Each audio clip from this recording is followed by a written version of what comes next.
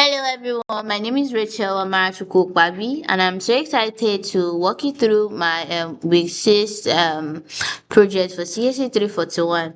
So in this video, I'll be covering what I've learned over the week and using about unit testing in JavaScript using the jest, and I'll also walk you through what my team and I have accomplished in part 2 of our final project. As always, I'll also document two specific contribution I made this week. So this week we followed those some beginner tutorials and we learned how to set up and write unit tests with Jest. So I wrote a test to validate our get endpoints, ensuring they return the correct status codes and data format. As you can see here on my package.json file, you realize that I have successfully installed code dependencies like the Jest and super test and so on. So we actually learned that testing our code is a very vital part to our project, and it helps ensure that our code works as expected and also allow us to make changes confidently, knowing that the test will catch any unexpected behavior. So now, moving straight to our team project, this week goals was to complete the last two collection for our API. So we were able to add full CRD functionality, the get, post, put and delete, with a strong focus on data validation and error handling. So here this is my auth.js file. We implemented a OAuth authentication specifically. We secured at least two of our collections so that only authorized users can make post and put request. So these steps add a layer of protection and ensure only valid users can create or update sensitive data. So this week I have made two key contributions. I've made two key contributions. The first contribution I wrote in it was I wrote unit test using the jest for get endpoint in both of the new collection. So I also used the super test to simulate API and request, and I also verified that we received the expected JSON response and status code. This it helped us confirm that the endpoints were returning the correct data and handle edge cases properly.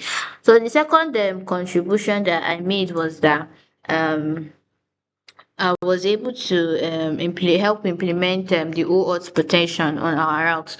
So I realized that when we started this team project, I realized that a few of my teammates were actually finding it very difficult to be able to implement this OAuth authentication in their various websites.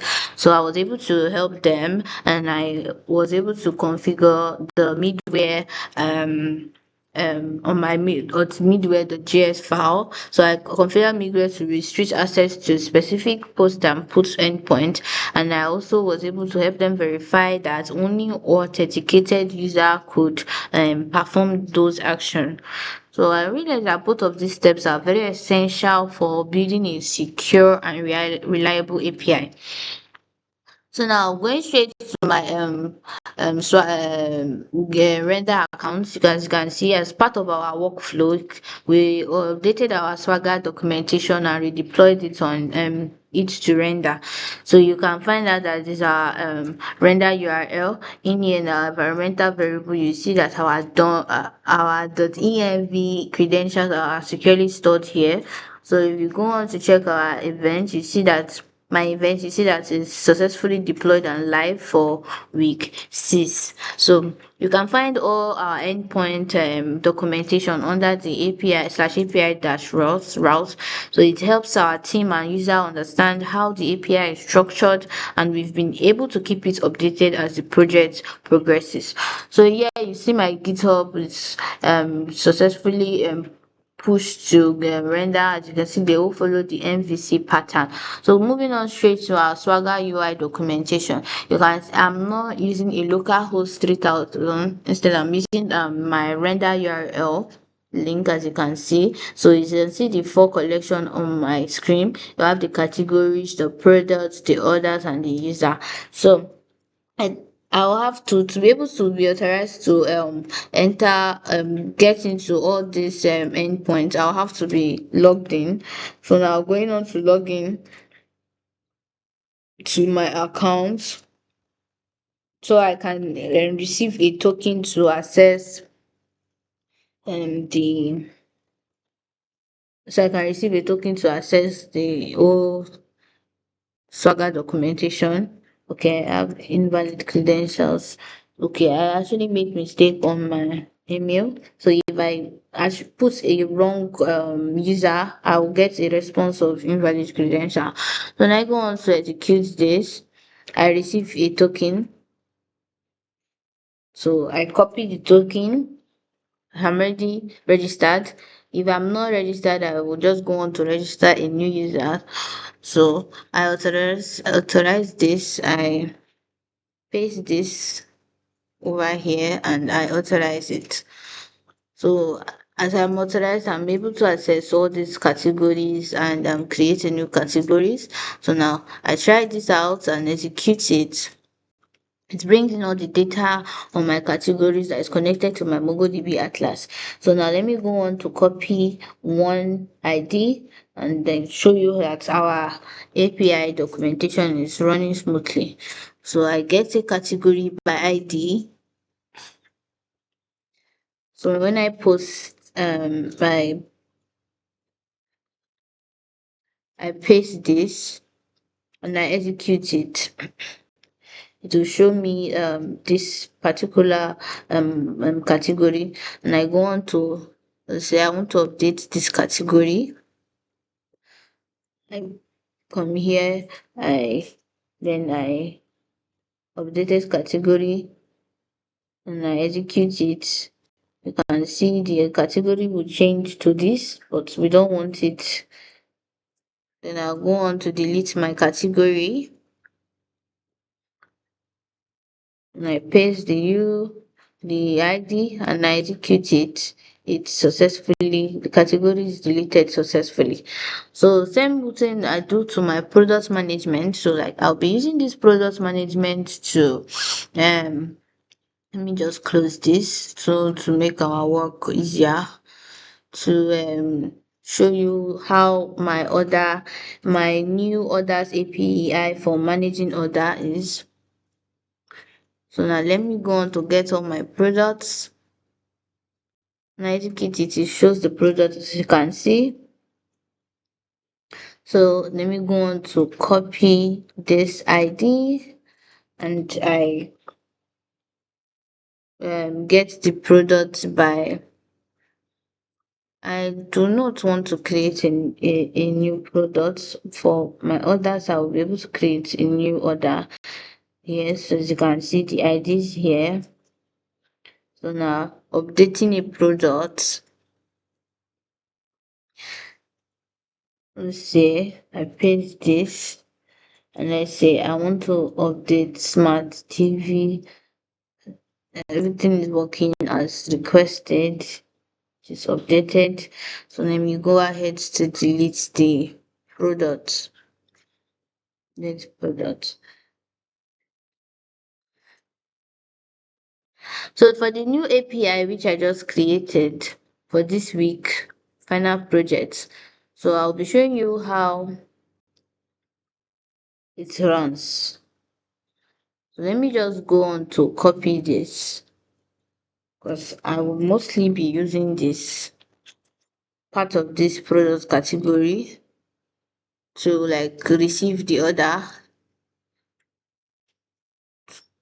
So now let me get all orders from my products categories. So when I click it, you can see all orders. The product ID, the user ID is all, the quantity is all here. So now let me copy this particular ID and take it to like, I want to create a new order. Let's say the total price of this should be 4,000. The quantity should be 20. This 3 inch. Let's take this out and Let me see. Let me control this, and I put this over here, and I paste it, and the user ID, I'll get it again from, say I get it from my mm,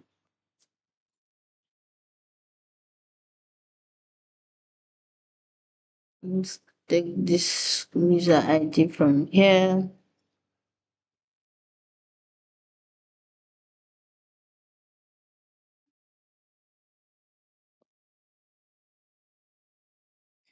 I go on to impute this over here, and so as you see, and they say the category, the stock should be around 20. Stock should be 20. And the categories, this art category,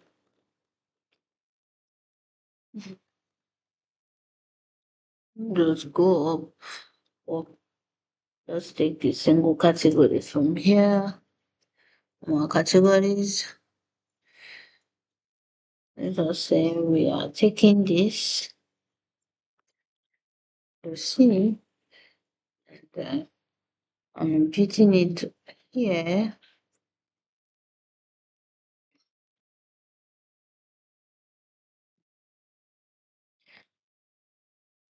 And so updating, executing this, I'll get an error badge request because there's a category ID here, there's a user ID, there's a product ID. So now let me take this off, and let's go on to execute this again.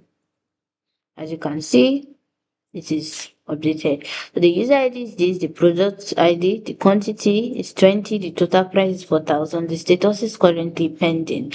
So it was created on 2020. I see the time and the date is also here. So now let me go on to get this specific order by ID. So I will copy this user ID, and I get a specific order by ID, and I paste it here. So when I execute this, the order is not found because the ID which I am using is a user ID. So I'll go on to use this particular ID. As you can see, there's several errors when you're making a particular mistake. So make sure the API is more understandable to users. As you can see, this is the ID. Now let me go on to update this existing order.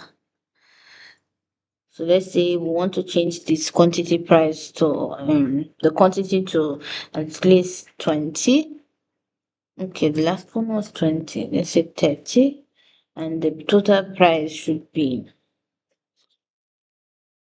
50,000. And I go on to execute this. Please correct the following information and try again. Okay. Oh, I did not put the ID. So when I paste this, as you can see, the total price is all updated. So let me go on to delete this order. So now when I impute the ID and I delete this, so the order has been successfully deleted. So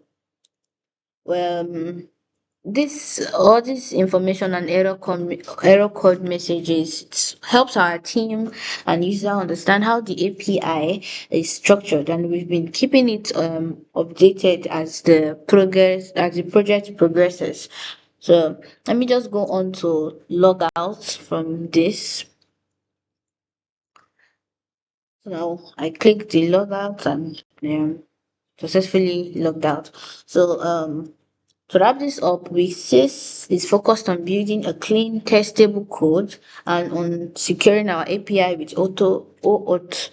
So we now have all four collection working with complete CRD and Swagger Docs validation and testing. So I'm looking forward to next week where my team and I will complete and finalize the entire project. Thank you so much for watching and see you in week 7.